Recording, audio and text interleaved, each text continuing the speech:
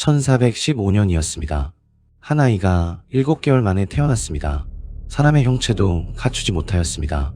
집안 사람들은 아이를 버리려 하였습니다. 그 아이가 훗날 2명의 임금을 만든 사람이 되었습니다. 구독과 좋아요는 정기수에게 큰 힘이 됩니다. 조선 제3대 임금 태종 15년이었습니다.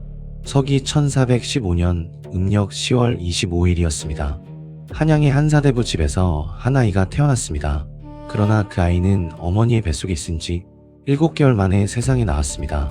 사지가 다 자라지 못한 상태였습니다. 얼굴 모양도 제대로 갖추지 못하였습니다. 집안 사람들은 아이를 보고 놀랐습니다. 도저히 살릴 수 없으리라 여겼습니다. 처음에는 아이를 버리려 하였다고도 합니다. 그러나 한 사람이 아이를 거두었습니다. 그 집의 여종 곧 유모가 될 사람이었습니다.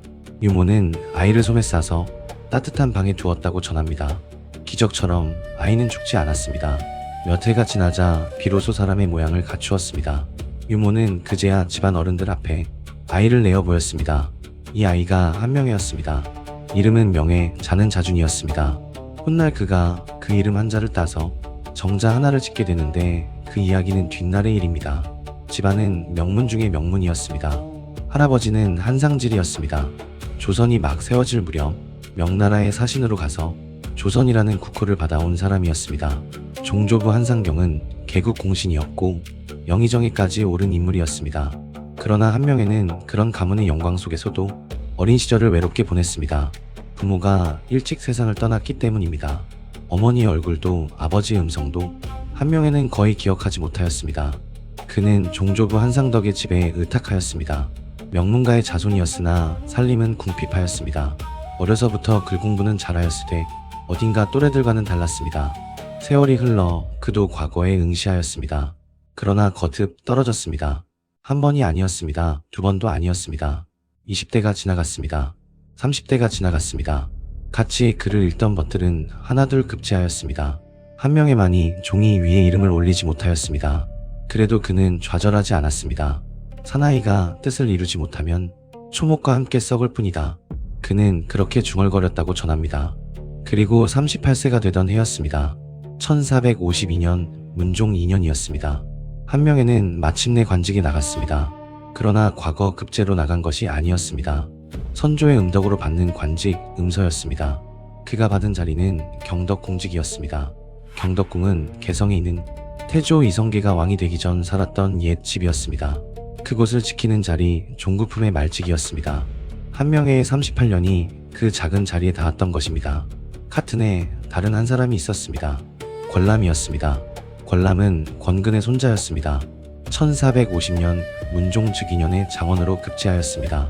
한명회와는 일찍부터 망역한 벗이었습니다. 권람은 한명회를 자주 찾아갔습니다. 개성의 작은 궁터에서 2사람은 술잔을 기울였습니다. 세상 이야기를 하였습니다. 조정의 흐름을 이야기하였습니다. 그 무렵 조정은 흔들리고 있었습니다. 1452년 5월 문종이 승하였습니다. 12세의 어린 아들이 왕위를 이었습니다. 단종이었습니다. 문종의 유언을 받든 신하들이 어린 임금을 포필하고 있었습니다. 영의정 황보인, 좌의정 김종서, 이들이 사실상 정사를 움직이고 있었습니다. 그러나 세종에게는 여러 아들이 있었습니다. 그 가운데 둘째 아들 수양대군은 무예에 뛰어나고 야심이 컸습니다. 조정의 큰 권력이 신하의 손에 있는 것을 수양대군은 못마땅하게 보았습니다. 권람은 그 수양대군과 가까웠습니다. 1452년 어느 날 권람이 한명회를 수양대군에게 소개하였습니다. 이 사람이 제 친구 한명회입니다. 수양대군과 한명회의 첫 만남은 오래도록 이야기로 전해졌습니다. 수양대군은 한명회의 손을 잡았다고 합니다. 늦게 만난 것이 아니요. 한명회는 수양대군의 사저에 드나들기 시작하였습니다.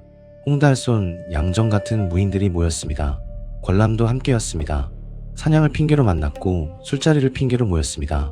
그러나 그 자리에서 오간 이야기는 사냥도 술도 아니었습니다. 1453년 4월이었습니다. 수양대군이 명나라에서 돌아왔습니다. 사은사로 다녀온 길이었습니다. 귀국한 수양대군은 한명회를 불렀습니다. 권람을 불렀습니다. 홍윤성을 불렀습니다.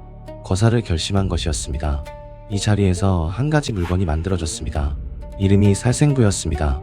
살릴 자와 죽일 자의 명단이었습니다. 이 명단의 첫머리에 적힌 이름은 좌의정 김종서였습니다. 김종서는 당시 큰 호랑이라 불렸던 사람이었습니다. 호랑이를 먼저 잡지 못하면 거사는 실패한다. 한명회는 그렇게 판단하였습니다. 거사일이 정해졌습니다. 1453년 10월 10일 계유년의 그 밤이었습니다. 그날 저녁 수양대군은 종 이머울은 무사양정과 유서 등을 데리고 김종서의 집으로 찾아갔습니다. 가짜 편지 한 장을 들고서였습니다. 김종서가 달빛 아래에서 그 편지를 읽는 순간이었습니다. 이머울은의 철퇴가 김종서의 머리를 내리쳤습니다. 김종서의 아들 김승규는 양정의 칼에 쓰러졌습니다. 호랑이가 먼저 쓰러진 것이었습니다. 그 시각 한명회는 어디에 있었을까요? 한명회는 궁궐문 앞에 있었습니다. 손에는 살생부가 들려 있었습니다. 수양대군은 단종에게 달려가 아뢰었습니다. 김종서가 안평대군과 더불어 역모를 꾸몄기에 먼저 쳤습니다. 단종은 떨었습니다. 숙부 살려주십시오 하고 말하였다 합니다. 그러고는 왕명을 내렸습니다. 조정 대신들을 모두 이끌어라 하였습니다. 칠흑같이 어두운 밤 대신들이 영문도 모른 채 궁궐에 들어왔습니다. 이끌어라는 길목에 한명회가 서 있었습니다. 대신 한 사람이 다가왔습니다. 한명회는 명단을 들여다보았습니다. 손가락이 이름 위에 멈추었습니다. 살리시오 또는 치시오. 그 한마디에 한 사람의 목숨이 갈렸습니다. 살리시오의 명단에 든 자는 그대로 들여보냈습니다. 치시오의 명단에 든 자는 국문 안으로 들어서자마자 철퇴가 내리쳤습니다. 영의정 황보인이 그 자리에서 죽었습니다. 최찬성 이양도 죽었습니다. 병조판서 조국관도 죽었습니다. 밤새 비린내가 진동하였습니다. 다음 날 아침이 되었을 때 조정의 한 시대가 끝나 있었습니다. 이날의 일을 사람들은 계유정난이라 불렀습니다. 난을 평정하였다는 뜻이었습니다. 그러나 그것은 승자의 이름이었습니다. 패자의 입장에서 보면 그날은 다른 이름이었습니다. 거사의 공으로 사람들이 이름을 받았습니다. 정난공신이라 하였습니다. 모두 43명이었습니다. 한 명의 이름은 그 가운데 1등이 있었습니다. 종구품의 경덕공직이 하루아침에 1등 공신이 되었습니다.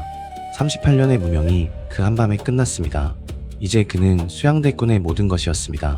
1455년 윤유월 단종이 양이하였습니다. 수양대군이 왕위에 올랐습니다. 조선의 7대 임금 세조였습니다. 세조는 한명회를 좌익공신 1등에 다시 올렸습니다. 이로써 한명회는 두 번의 1등 공신이었습니다. 그러나 일은 거기서 끝나지 않았습니다. 1456년 6월이었습니다. 명나라 사신을 환영하는 연회 자리에서 한 사건이 일어났습니다. 벼른검이라는 호위 무관이 그 자리에 들어가게 되어 있었습니다. 성산문, 박백년 같은 옛 집현전 학사들이 그 자리에서 세조를 치고 어린 단종을 다시 임금으로 모시려 하였습니다. 그런데 이 거사가 사전에 막혔습니다. 누가 막았는가? 한명회였습니다. 한명회는 그날 벼른검을 들이지 말라 하였습니다. 연회 자리가 좁다는 이유였습니다. 그 한마디로 거사는 좌절되었습니다. 세조의 목숨이 그렇게 한명회의 한마디에 걸렸습니다. 곧이어 사건이 발각되었습니다. 김질이라는 사람이 장인 정창손에게 알렸고 그 일이 세조의 귀에 들어갔습니다. 성산문과 박백년 등 6명이 국문 끝에 모두 목숨을 잃었습니다. 훗날 사람들은 그들을 사육신이라 불렀습니다. 한명회는 도승지가 되었습니다. 이듬해 1457년 이조판서에 올라 상당군에 봉해졌습니다. 상당 곧 청주의 옛 이름이었습니다. 세조는 그를 가리켜 말하였습니다. 나의 장량이다. 장량은 옛 항고주 유방의 책사였습니다. 유방을 황제로 만든 사람이었습니다. 세조가 그 비유를 한 것이었습니다. 한명회는 그 한마디로 모든 권세를 가졌습니다. 그리고 한 가지 일이 더 있었습니다. 한명회의 세 번째 딸이 세자의 빈으로 들어가게 된 것이었습니다. 1460년이었습니다. 세조의 둘째 아들 해양대군이 세자였습니다. 훗날의 예종이었습니다. 한명회의 딸은 16세의 세자빈이 되었습니다. 이듬해 1461년 11월 30일 딸은 원손을 낳았습니다. 이름이 인성대군이었습니다. 그러나 산후병이 깊었습니다.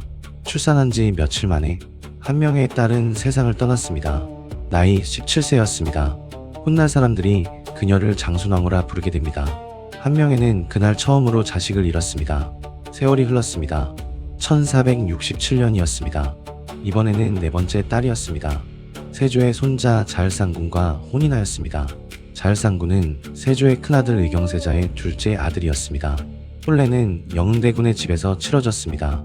세조는 손자 며느리를 기특히 여겼습니다. 나이는 12세였고 자을상군은 11세였습니다. 한명회의 두 딸이 모두 왕가에 들어간 것이었습니다. 같은 해 함길도에서 이시의 난이 일어났습니다.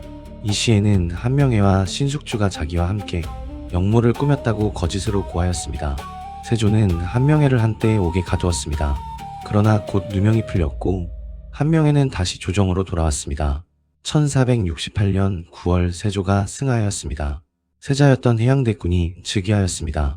나이 19세 예종이었습니다. 세조는 임종 직전 한 가지 제도를 만들었습니다. 원상이라 하였습니다.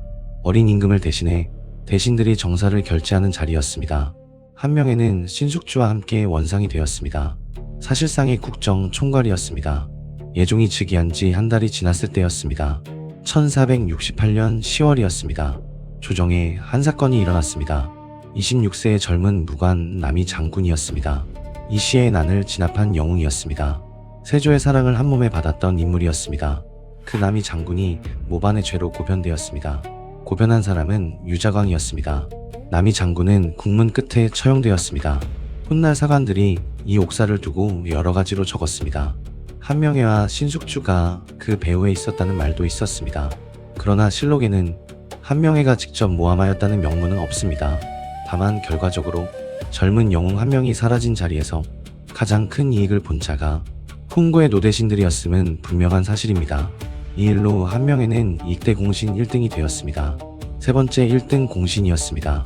그런데 그로부터 1년이 지나지 않은 1469년 11월 28일이었습니다. 예종이 갑자기 세상을 떠났습니다. 즉위한 지 14개월 만이었습니다. 나이 20세였습니다. 조정은 다시 흔들렸습니다. 예종에게는 어린 아들 제한대군이 있었습니다. 그러나 4세에 불과하였습니다. 나라를 맡기기에는 너무 어렸습니다. 세조의 큰아들 의경세자에게는 두 아들이 있었습니다. 큰아들 월상군은 16세, 둘째 자을상군은 13세였습니다. 법대로라면 월상군이 우선이었습니다. 그러나 결과는 그렇지 않았습니다. 세조의 비 정의왕후가 결정하였습니다. 자을상군이 총명하다. 한마디로 13세 소년이 왕이 되었습니다. 그 소년의 장인이 바로 한명회였습니다. 월상군에게는 강력한 처가가 없었습니다. 자을상군에게는 한명회가 있었습니다. 훗날 사관들도 이 일을 두고 여러 가지로 적었습니다. 정의왕후와 한명회 사이에 어떤 인연이 오갔는지는 실록에도 자세히 적혀 있지 않습니다. 분명한 것은 결과였습니다. 한명회는 두 번 왕을 만든 사람이 되었습니다. 첫 번째는 사위가 아닌 사람이었습니다. 세조였습니다. 두 번째는 자기 사위였습니다. 성종이었습니다. 13세의 어린 임금이 어좌에 앉았습니다. 정의왕후가 발 뒤에서 정사를 도왔습니다. 한명회는 발 앞에서 모든 일을 맡았습니다. 1471년이었습니다. 새 임금을 도운 공으로 좌리공신 1등이 봉해졌습니다. 네 번째 1등 공신이었습니다. 조선의 역사에서 4번이나 1등 공신이 된 신하는 한명회 외에는 없었습니다. 그리고 한명회의 권세는 그 자체가 한 시대의 풍경이었습니다. 이번 영의정을 지냈고 세조와 예종, 성종 3대를 모셨습니다. 조정의 모든 인사가 그의 손을 거쳤습니다. 사관원의 강관들이 그의 이름을 비판하지 못하였습니다. 그러나 가정에 오는 권세와 같지 않았습니다. 1474년 4월 15일이었습니다. 한명회의 네 번째 딸 공혜왕후가 세상을 떠났습니다. 나이 19세였습니다. 자식은 없었습니다. 병이 깊어졌을 때 부모가 입궐하여 돌보았습니다. 한명회와 그 부인은 며칠을 먹지 못하였습니다. 딸이 임종 직전에 부모에게 한 말이 전합니다. 죽고 사는 데에는 1000명이 있는 법입니다. 다만 부모님께 효도를 다하지 못한 것이 한이 됩니다. 그 말을 마지막으로 한명회의 두 번째 딸도 떠났습니다. 두 딸이 모두 20세를 넘기지 못하였습니다. 권세의 정점에서 한명회는 빈 두 자리를 보았습니다. 사위였던 임금은 아직 어렸습니다. 그러나 그 임금은 잘하고 있었습니다. 1476년이었습니다. 한명회는 한강가에 정자를 지었습니다. 이름을 압구라 하였습니다. 갈매기와 친하게 지낸다는 뜻이었습니다. 명나라 사신 예겸이 그 이름을 지어주었다고 전합니다. 한명회는 이 이름이 마음에 들었습니다. 자기의 호로도 삼았습니다. 압구정 곧 한명회였습니다. 오늘날 강남의 압구정동이 바로 그 정자에서 비롯된 이름입니다. 한명회는 이 정자에서 갈매기를 보며 말년을 보내려 하였습니다. 그러나 그가 정말 물러난 것은 아니었습니다. 조정의 큰일에는 여전히 참여하였습니다. 그러던 1479년 6월이었습니다. 조정에 큰 사건 하나가 일어났습니다. 성종의 왕비 윤씨가 폐비되었습니다. 폐비 윤씨가 누구인가? 어린 원자의 어머니였습니다. 훗날 그 원자가 임금이 됩니다. 그날 폐비를 결정하는 자리에 한명에는 상당부원군의 자격으로 있었습니다. 영의정 정창손, 청송부원군 심해, 광산부원군 김국광, 우의정 윤필상, 그리고 한명회였습니다. 조정의 큰 어른들이 모두 그 자리에 있었습니다. 원자의 어머니를 폐하는 일에 큰 신하 누구도 끝내 막지 못하였습니다. 문제는 임금이 잘하고 있었다는 것이었습니다. 성종은 영민하였습니다. 그리고 자기 시대를 만들고 싶어 하였습니다. 훈고의 늙은 신하들에게 언제까지 끌려가지 않으려 하였습니다. 1481년 6월이었습니다. 명나라 사신이 압구정 구경을 청하였습니다. 한명에는 이 기회에 사신을 접대하려 하였습니다. 그는 임금에게 청하였습니다. 신의 정자가 좁으니 궁중에서 쓰는 용봉차일을 빌려주십시오. 용봉차일은 용과 봉의 형상을 새긴 천막이었습니다. 국가의 큰 행사에서만 쓰는 물건이었습니다. 성종은 거절하였습니다. 사사로운 정자에서 어찌 국가의 차일을 쓰겠는가? 한명에는 얼굴빛을 붉혔습니다. 그러고는 말하였습니다. 신의 처가병이 깊으니 신은 잔치 자리에 가지 못하겠습니다. 그것은 일종의 항의였습니다. 임금에 대한 무례한 항의였습니다. 대관들이 일제히 글을 올렸습니다. 한명회가 임금을 가볍게 여겼습니다. 국문하소서, 처벌하소서. 성종은 한명회를 추국하라 명하였습니다. 직첩이 거두어졌습니다. 외지로 유배되었습니다. 조선 최대의 권신이 정자 하나에 걸려 넘어진 것이었습니다. 훗날 성종은 그를 다시 불렀습니다. 완전히 끝난 것은 아니었습니다. 그러나 그 사건으로 한명회는 깨달았습니다. 사위 임금은 더 이상 어린아이가 아니었습니다. 그는 자기 시대를 만들고자 하는 임금이었습니다. 이듬해 1482년 8월이었습니다. 폐비된 윤씨에게 사약이 내려졌습니다. 나이 27세였습니다. 야사는 전합니다. 사약이 의논되던 자리에서 한명회는 끝내 반대하였다고. 그러나 그는 더 이상 예전의 한명회가 아니었습니다. 임금의 뜻을 끝내 돌리지 못하였습니다. 처음에 반대했던 그가 나중에는 따라갔습니다. 훗날 연산군은 이 한 줄을 두고 말합니다. 대신이란 큰일을 만나면 끝까지 고집하여야 한다고. 처음 반대하다가 나중에 따른 죄가 오히려 더 무겁다고. 그러나 그것은 17년 뒤의 일이었습니다. 훗날 사관들은 그 자리에 무게를 적었습니다. 한명의 자신은 그날 어떤 마음이었는지 끝까지 입을 닫고 세상을 떠났습니다. 1484년에는 70세 노대신에게 내리는 궤장을 받았습니다. 그러나 그 무렵부터 한명회는 점차 조정에서 멀어져 갔습니다. 1487년 가을이 깊어갔습니다. 한명회의 나이 73세였습니다. 오래 알아누웠습니다. 성종이 그를 찾았습니다. 임금에게 마지막으로 한마디를 남겨달라 하였습니다. 한명회는 입을 열었습니다. 사람의 마음은 처음에는 부지런하나 나중에는 게을러지는 것이 보통입니다. 바라옵건대 끝을 처음처럼 삼가소서. 그 한마디를 남기고 한명회는 세상을 떠났습니다. 1487년 11월 14일이었습니다. 성종은 3일간 정사를 폐하고 그를 애도하였습니다. 시호는 충성이라 내려졌습니다. 충성, 곧 충직하고 성실하다는 뜻이었습니다. 세조의 종묘 곁에 한명회의 위패가 함께 모셔졌습니다. 세조의 묘정에 배양된 것이었습니다.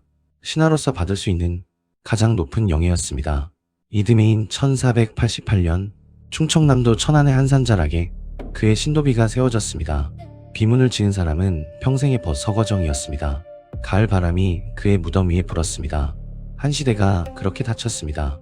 그러나 이야기는 여기서 끝이 아니었습니다. 한명회가 세상을 떠난 지 17년이 지난 뒤였습니다. 1504년이었습니다. 성종은 이미 1494년에 세상을 떠났고 그 뒤를 이은 임금이 폐비윤 씨의 아들이었습니다. 연산군이었습니다. 연산군은 그제야 알았습니다. 어머니가 어떻게 죽었는지를, 누가 그 자리에 있었는지를, 누가 사약을 내리는 일에 가담하였는지를. 분노는 산자에게만 미치지 않았습니다. 이미 죽은 자들에게도 미쳤습니다. 그해 음력 4월 연산군은 왕명을 내렸습니다. 폐비윤 씨의 폐출에 가담한 자들을 산자는 처형하라. 죽은 자는 무덤에서 끌어내라. 그것이 부관참시였습니다. 관을 갈라 시체를 꺼내 다시 한번 형을 내리는 일이었습니다. 한명회의 무덤이 파헤쳐졌습니다. 17년 전에 묻힌 관이 다시 열렸습니다. 이미 백골이 된 시신이 한양 저작거리로 옮겨졌습니다. 목이 잘렸고 사지가 토막났습니다. 잘린 목은 저작거리에 내걸렸습니다. 같은 해 음력 4월 24일 세조의 묘정에 모셨던 그의 위패도 종묘에서 내쳐졌습니다.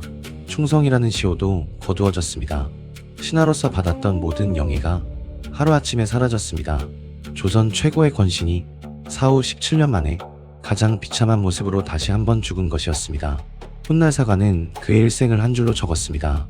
도량이 크고 결단력이 뛰어났다. 또 한 줄을 적었습니다. 화려한 것을 좋아하고 재물을 탐하였다. 찬사와 비판이 한 사람의 이름 아래에 함께 적혔습니다. 칠삭둥이로 태어나 38세까지 무명이었던 남자, 한밤의 살생부로 조정을 뒤집은 남자, 두 딸을 왕비로 보낸 남자, 두 임금을 만든 남자, 4번의 1등 공신, 세조 예종 성종 3대의 권신, 72년의 인생, 그리고 사후 17년 뒤의 부관 잠식, 세조의 그림자였던 남자, 조선왕조실록에 그 이름이 무겁게 남은 남자, 한 명의 이름은 그렇게 역사 위에 깊이 새겨졌습니다. 권력의 정점에서 두 임금을 만들었으나 그 권력이 죽음 뒤까지 지켜주지는 못하였습니다. 부귀를 얻었으나 평안 얻지 못하였고 영예를 받았으나 그 영예조차 한 번은 끌려내려졌습니다. 조선의 한 시대가 그의 손 위에서 움직였고 그의 무덤에서 다시 한번 흔들렸습니다. 내일 밤에는 폭군이 어떻게 쫓겨났는가? 연산군의 최후를 들려드리겠습니다. 오늘 밤 정기수야와는 여기까지입니다. 구독과 좋아요는 정기수에게 큰 힘이 됩니다. 알림을 켜두는 것도 잊지 마십시오. 안녕히 주무십시오.